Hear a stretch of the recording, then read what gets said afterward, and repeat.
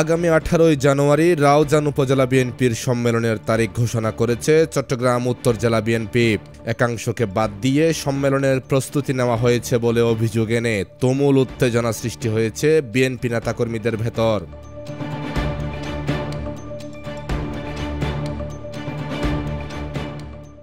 BNP নামধারী একটি সংগঠন রাউজানের তথাকথিত একটি সম্মেলনের আহ্বান করেছে। জানা যায়, বিএনপির কেন্দ্রীয় নির্বাহী কমিটির ভাইস চেয়ারম্যান ও সাবেক সংসদ সদস্য আলহাজ গিয়াসউদ্দিন কাদের চৌধুরী সমর্থিত নেতাকর্মীদের বাদ দিয়ে সাবেক রাষ্ট্রদূত ও সাবেক সাংসদ উত্তর জেলা বিএনপির আহ্বায়ক গোলাম আকবর খন্দকারের অনুসারীদের নিয়ে সম্মেলনের প্রস্তুতি গ্রহণ করে বিএনপির একাংশ।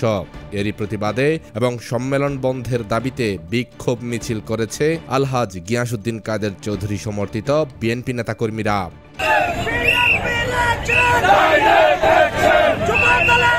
মঙ্গলবার বিকেলে রাউজান মুন্সিরঘাটা থেকে বের হয়ে সদরের গুরুত্বপূর্ণ সড়ক প্রদক্ষিণ করে মিছিলটি। বিক্ষোভ মিছিল শেষে এক সমাবেশে আলহাজ গিয়াসউদ্দিন কাদের চৌধুরী সমর্থিত নেতাকর্মীরা বক্তব্য রাখেন। আমাদের নেতা তারেক জিয়ার সুস্পষ্ট নির্দেশ ছিল প্রতিটি ইউনিয়নে গিয়ে সম্মেলনের মাধ্যমে রাউজান পৌরসভা এবং ইউনিয়ন থানা এবং থানা কমিটিগুলি করা।